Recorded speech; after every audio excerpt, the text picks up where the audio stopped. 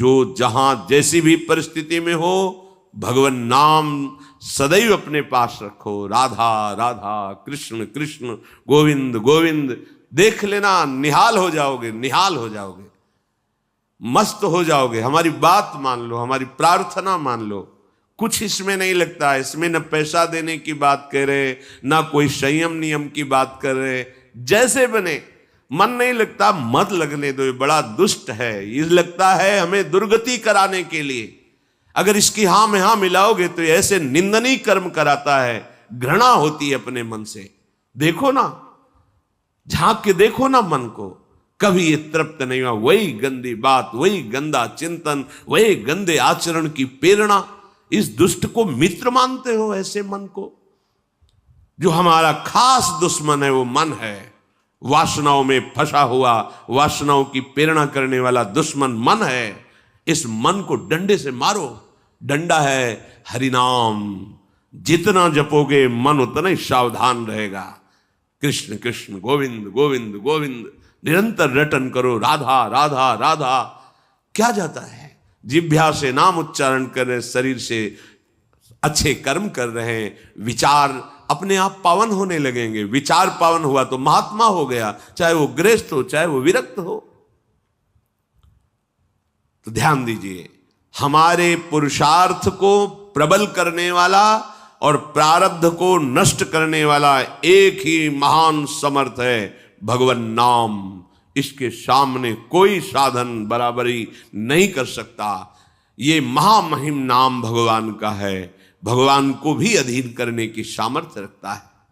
ये जो निकृष्ट भाव बैठा हुआ है, बेटी हुई उदास हो गए, लड़का हुआ थाली बजाओ घंटा बजाओ, जिससे बहुत बड़ा, बिल्कुल ठीक नहीं है। ये बेटा होता किससे है? बेटी से ही होता है। तुम किससे हुए हो? किसी मां से हुए हो। वो क्या थी? किसी की बेटी ही थी। कैसी मूर्खता छा गई है, गर्भस्थ बेटी की कोई परवाह न करके उसको। ये क्या है? कितने राक्षस वृत्ति में आ गए हैं हमारी। राक्षस भी अपने बच्चों को नहीं खाते। कितनी राक्षसी बुद्धि। हम सुंदर दिखना चाहते हैं, समाज में सम्मान पाना चाहते हैं, और पाप कर्म कैसा? बेटी है गर्भ में, हत्या करा दो, नहीं चाहिए। तो बेटा कहां से पैदा होगा? वो किसी की बेटी से ही तो पैदा हो रहा है। कैसी मूढ़ता छा जाती है। वैसे भी शास्त्र में स्त्री हत्या करना बहुत बड़ा महापाप कहा गया है।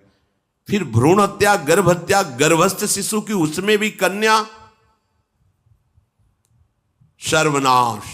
इसके बाद फिर रोते हैं, हमने कौन सा पाप किया, भगवान ने हमारा पुत्र छीन लिया। कौन सा पाप किया, भगवान ने ऐसा कर दिया। अरे अपने डायरी में तो लिखा करो कि तुमने कौन से पाप किए हैं। फिर जब परिणाम आवे तो सोचोगे तो लगेगा बहुत हल्के में निपाट रहे हैं भगवान, हमें तो बहुत कष्ट मिलना चाहिए।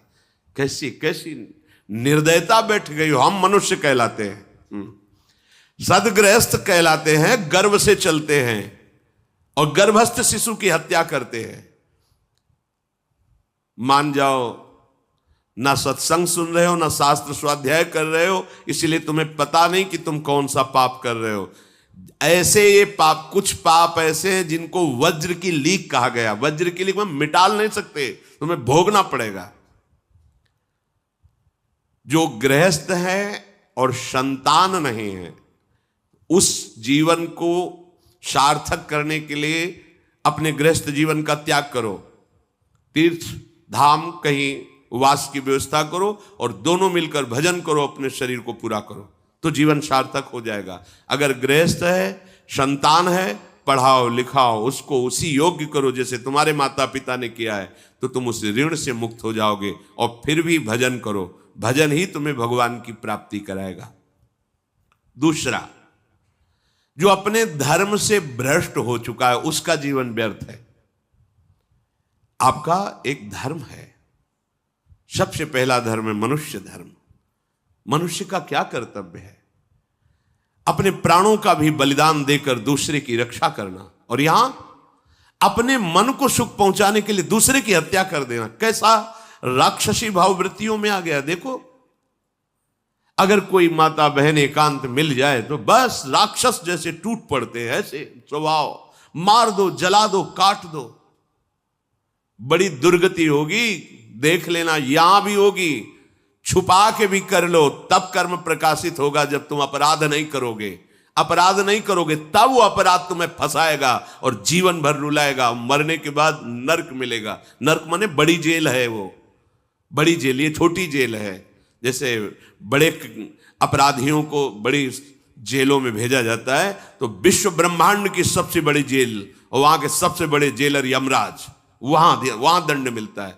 आप ऐसा ना सोचिए कि ये सब गप है। गांव में जैसे बात करे तो लगता है गप है, जब जेल हो आते हैं ना तो कहते हैं। एक गांव में मिले थे, कहा था कि अगर रोज 5 जूता कोई गांव में हमें मारे तो हम उसे सह लेंगे, लेकिन दोबारा जेल जाने वाला आचरण नहीं करेंगे। दिखा रहे थे कि देखो कैसे कैसे कष्ट वहां के कैदी भी मारते हैं जो बहुत पुराने हो गए हैं, वो हमको अनुशासन में रखते हैं। ऐसा ऐसा कितना कष्ट। अब वो गया ना तो भोगा, अब माया के कारण स्मृति नष्ट हो गई नहीं, सैकड़ों बार अपने भी भोग के आ रहे हैं नरक। दूसरे उसका जीवन नष्ट है जो धर्म का त्याग कर चुका है। तुम पिता माता से प्रकट हुए, तुम्हारा धर्म है माता पिता की सेवा करना। वयोवृद्ध बेचारे माता पिता उठने बैठने में असमर्थ हैं, आप पैसे कमाने के लिए अपनी बहुली निकल गए, अब वो कष्ट भोग रहे हैं। ना उनको देखना है ना उनकी व्यवस्था करना है, मरने दो तो ठीक है। तुम्हें जब परिणाम आएगा तब तुम भी तो बनोगे ना वृद्ध, तब तुम्हें पता चलेगा। अवश्य में भोक्तव्यम कृतम कर्म शुभाशु। होश में माता पिता सबसे पहले भगवान हैं यदि आप गृहस्थ हैं तो। अगर आप बाल्यावस्था से भगवान के मार्ग का अनुसरण कर रहे हैं तो फिर भगवान प्रणत कुटुंब पाल रघुराई, भगवान व्यवस्था कर देते हैं। वैराग्य मार्ग में लौटकर पीछे नहीं देखा जाता। हमारे भगवान के अवतार मानेंगे महाप्रभु चैतन्य देव, नवयुति विष्णु प्रिया जी माता सची छोड़ के चल दिए। आद्य गुरु भगवान शंकराचार्य भगवान के अवतार मां केवल छोड़ के चल दिया। भगवान के मार्ग में यदि ऐसे चले तो भगवान संभाल लेते हो, परम पद मिलता है 21 पीढ़ियों को। मां तो बिल्कुल नजदीक है, 21 पीढ़ियों को भगवत प्राप्ति हो जाती है। और शब्द है प्रणत कुटुंब पाल रघुराई, भगवान स्वयं उसके परिवार का पोषण करते हैं। पर यदि गृहस्थ धर्म में हो और अपने माता पिता का त्याग कर दिया, उनकी सेवा नहीं करते, वो दुख भोग रहे, तो नरक यंत्रणा मिलेगी और जीते जी तुम उन्नति को प्राप्त नहीं हो सकते। तुम्हें भले उन्नति दिखाई देती हो, बाद में परिणाम देख लेना आप। तीसरा, जो दूसरों के भोजन छीनने की चेष्टा में रहता है, कैसे इसका धन अपहरण कर लें, कैसी जमीन अपहरण कर लें, कैसे इसकी अव्यवस्था पैदा कर दें इसके जीवन में, जो केवल अपने ही सुख को देखता है उसकी दुर्गति होती है। तीसरा, उसका जीवन व्यर्थ है। जो दूसरों के सुख का अपहरण करके सुखी होना चाहता है, सदैव केवल अपने सुख में डूबना, सोचना कैसे मैं सुखी हो जाऊं, अधर्माचरण करूं, छीन लूं, क्या करूं, कैसे करूं, उसका जीवन व्यर्थ है। और चौथा, जो आए हुए साधु महात्मा अतिथि का अनादर कर देता है, अपमान कर देता है, सारे सुकृत नष्ट हो जाते हैं। ये 4 का जीवन बिल्कुल व्यर्थ हो जाता है। इनको असत जीवन कहा गया है, वृथा जीवन कहा गया है। इसलिए हे युधिष्ठिर, ये 4 दोष कभी हृदय में ना आने पावे।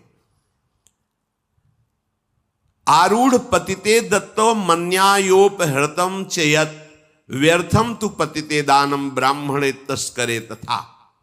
बहुत ध्यान देने योग्य बात। जो वानप्रस्थ या विरक्त भाव संन्यास ले लेते हैं और कुछ वर्ष चलने के बाद मैं तो इस पे नहीं चल पाऊंगा लौट जाते, उन्हें घोर नरक की प्राप्ति होती है। कुछ भी कर लो, ये भारी अपराध तुम्हें नरक की प्राप्ति कराएगा। मार्कंडेय जी महाराज युधिष्ठिर को उपदेश कर रहे हैं।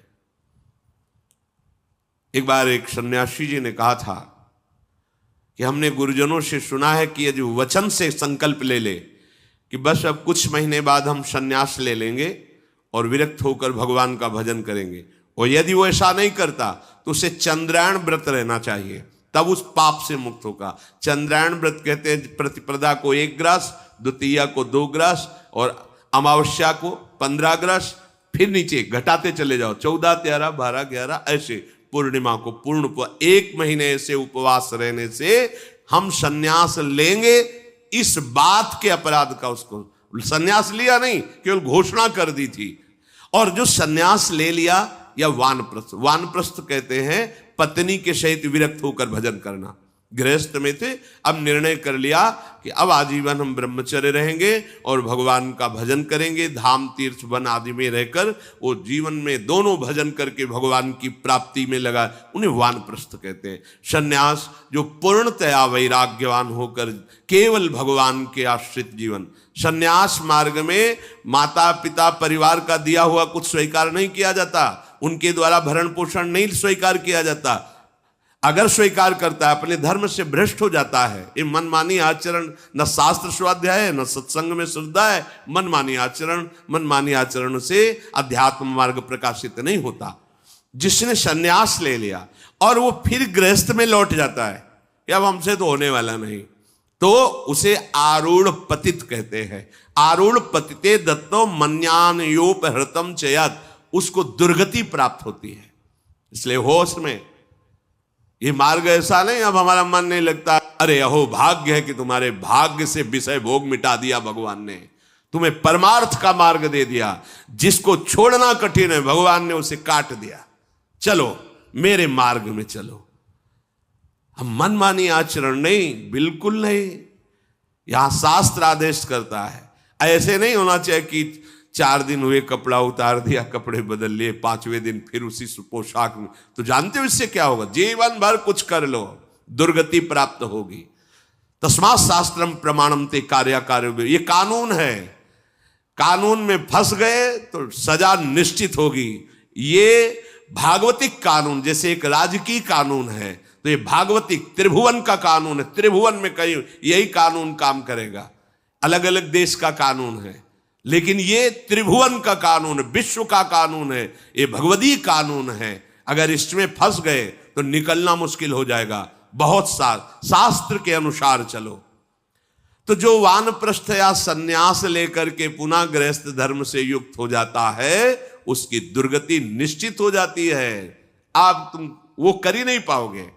जैसे कहते हैं अब मंत्र ले लिया, अब क्या जाने की जरूरत है? मंत्र प्रकाशित ही नहीं होगा, जप ही नहीं पाओगे। लिख के देख लो, ये शब्द लिख लो, मंत्र नहीं प्रकाशित होगा, जप ही नहीं पाओगे। खिलवाड़ है परमार्थ चलना। एक एक अक्षर में अगर त्रुटि हो जाती है तो छाती जलेगी। कैसे गलती कैसे होगी? एक अक्षर भी अगर शास्त्र सम्मत इष्ट प्रेरित है, हृदय शीतल रहेगा, परमार्थ प्रकाशित रहेगा। ये मार्ग है। अब कौन शास्त्र स्वाध्याय करता है? कहां में सत्य चर्चा सुनने को मिलती है? भगवत कृपा है जो सुनने को मिल रही, इसको हृदय में धारण करो।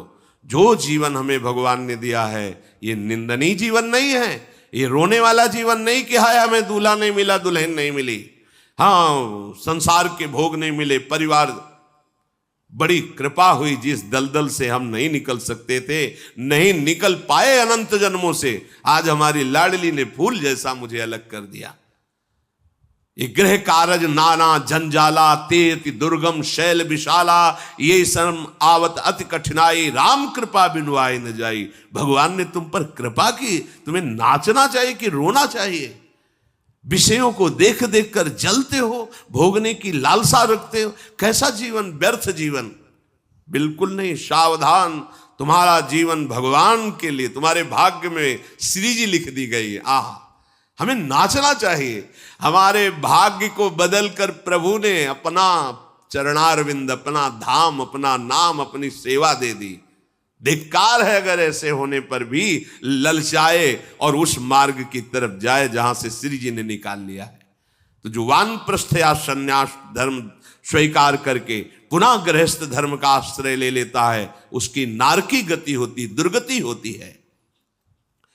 और जो पापाचरण करके, अन्याय से, अधर्म से छीन झपट करके धन और सोचता है उसमें कुछ दान कर देंगे। जैसे किसी ने प्रश्न किया था ब्लैक और व्हाइट कि अब हम तो ब्लैक और व्हाइट का मतलब काला और सफेद समझते हैं, तो काला धन का मतलब होता होगा अधर्माचरण या जो राजकीय विभाग से पास ना हो, उसे ही काला धन कहते होंगे। तो काला धन काला ही रहता है, कोई व्हाइट नहीं कर सकता उसे। जमा कर लो, एक समय आएगा कि ट्रक में लद के सब चला जाएगा, तुम भी लद के चले जाओगे। अगर वो समय ना आया तो यमराज के दूत तुम्हें ले जाएंगे, सब यही पड़ा रहेगा। होश में चलो। दान किसे कहते हैं? खूब मेहनत करो, धर्म से कमाओ, फिर उससे एक रोटी की व्यवस्था किसी की भी कर दो, उसे सतदान कहते हैं। लाखों बेईमानी से कमाए, अधर्म आचरण से दूसरों को चूस चूस के ऐसा दुख दे कर फिर सोचा कि लाख में 10,000 दे देते हैं, व्हाइट हो जाएगा। व्हाइट नहीं हो जाएगा, ये और तुम्हारे ऊपर आक्रमण कराएगा, क्योंकि जिनको दे रहे हो उनकी भी बुद्धि तो भ्रष्ट होगी, तो तुम्हारा धर्म बनाना, हाँ व्हाइट नहीं होगा, फाइट होगी। अब मार पिटाई शुरू करवाएगा, वो ऐसे आचरण करवाएगा, जहां जाएगा वहां खोपड़ी फोड़ेगा। उसका परिणाम जब आपके आएगा तो आपकी खोपड़ी फूटेगी। व्हाइट तो तब हो सकता जब व्हाइट चलो। व्हाइट का तात्पर्य होता प्रकाश, श्वेत, ये लक्षण सतोगुण का। सात्विक भाव से चलो, मेहनत की कमाई से, पसीना चुआ के खूब मेहनत किया और फिर किसी को दिया, तुम्हारा परिवार उन्नतिशील रहेगा, तुम्हें लोक परलोक में सुख प्राप्त होगा। अन्याय से कमाए हुए धन का दान पतित कर देता है, पतित कर देता है। अब इसमें एक उपाय है, मुझे पता नहीं था, प्रमादवश मेरे से गलती हो गई, कभी जीवन में गलती नहीं करूंगा, अब सुधार के लिए करो, हो जाएगा। मुझे पता नहीं था, मैंने कभी सुना ही नहीं था, बस यही था कि धन प्राप्त करूं, धन प्राप्त करूं, और गलती हो गई। अब मुझे पता चला कि मैंने गलत किया है, तो अब लो नशानी, अब ना नशे करो, गौ सेवा, संत सेवा, ठाकुर सेवा, गलती आगे से नहीं करूंगा। ये एक सूत्र बहुत बड़े, अब लो नशानी अब ना नशे, ये सबको पावन कर देता है, सब कुछ पावन कर देता है। पर ये ऐसा नहीं कि हम 100 कमा रहे हैं बेईमानी से तो 10 देते रहेंगे तो 90 व्हाइट होते रहेंगे, ऐसा कदापि कहीं नहीं लिखा। ये शास्त्र है, तस्मात् शास्त्रम प्रमाणन्ते। कई बार लोग प्रश्न करते हैं इस विषय का, ध्यान से सुन लो। अन्याय से कमाया हुआ धन अगर उसे हम दान भी करते हैं तो वो पतित ही करेगा, गिराएगा ही, किसी काम का नहीं है। आगे वर्णन कर रहे हैं कि धर्म से कमाया हुआ दान अगर ऐसे को दोगे तो वो भी व्यर्थ हो जाएगा। कैसा? मिथ्यावादी, पापाचरण करने वाला, झूठ बोलता है, पापाचरण करता है, और आप उसे दान कर रहे हैं, बाद में वो पाप करेगा तो उसका फल आपको मिलेगा। उसके पाप के बढ़ावे में आप साझेदार हुए, आपका जो दान था उसके पाप में बढ़ावा देगा, आपको उसको साझेदारी का फल भोगना पड़ेगा। कृतज्ञ, जो दूसरे के किए हुए को उपकार को नहीं मानता, अभिमानी और मदिरा पान करने वाला, अब आपसे पैसा लिया, शराब पिया, गंदे आचरण किए, आप उसके हिस्सेदारी बने। ऐसा थोड़ी दान की कोई मांग रहा है दे दो, बहुत पात्र और अपात्रता का निर्णय करके दिया जाता है। ऐसे नहीं कि मांग रहा है तो देना ही पड़ेगा, नहीं, हमें अधिकार समझ में आवे कि हमारे द्वारा दिए हुए धन का सदुपयोग हो रहा है, वहां पात्र देख करके धन आदि का दान किया जाता है। जो पतित हो चुका है, जो अधर्म व्यवसायी है, जो तमोगुण से आवृत रहते हैं और अंदर क्रोध भरा रहता है, अहंकार पूर्वक दान करते, मेरा सम्मान हो, ऐसे का दान ही नहीं स्वीकार करना चाहिए। ऐसे का दिया हुआ दान व्यर्थ हो जाता है, उसे निश्चित अन्य योनियों में जाके कष्ट भोगना पड़ता है। तामसी अहंकारी दान करने वाला परिणाम में दुख ही भोगता है। मैंने दिया, ये मैंने बनवाया, ये मैंने किया, ये तमोगुण का लक्षण अहंकार है। श्रेष्ठ मंत्रवेत्ता, सतमार्ग में चलने वालों को दैन्य होकर छुपा कर दान देना, ये उत्तम लोगों की प्राप्ति कराने वाला है। देखना है, धर्म से चलता है, हम जो धन देंगे उसका धर्म में प्रयोग होगा। मंत्रवेत्ता है, निरंतर मंत्र का अनुष्ठान करता रहता, पावर है। अगर हमारा धन ऐसी जगह गया तो हमारे पापों का नाश करके उत्तम लोकों की प्राप्ति कराएगा।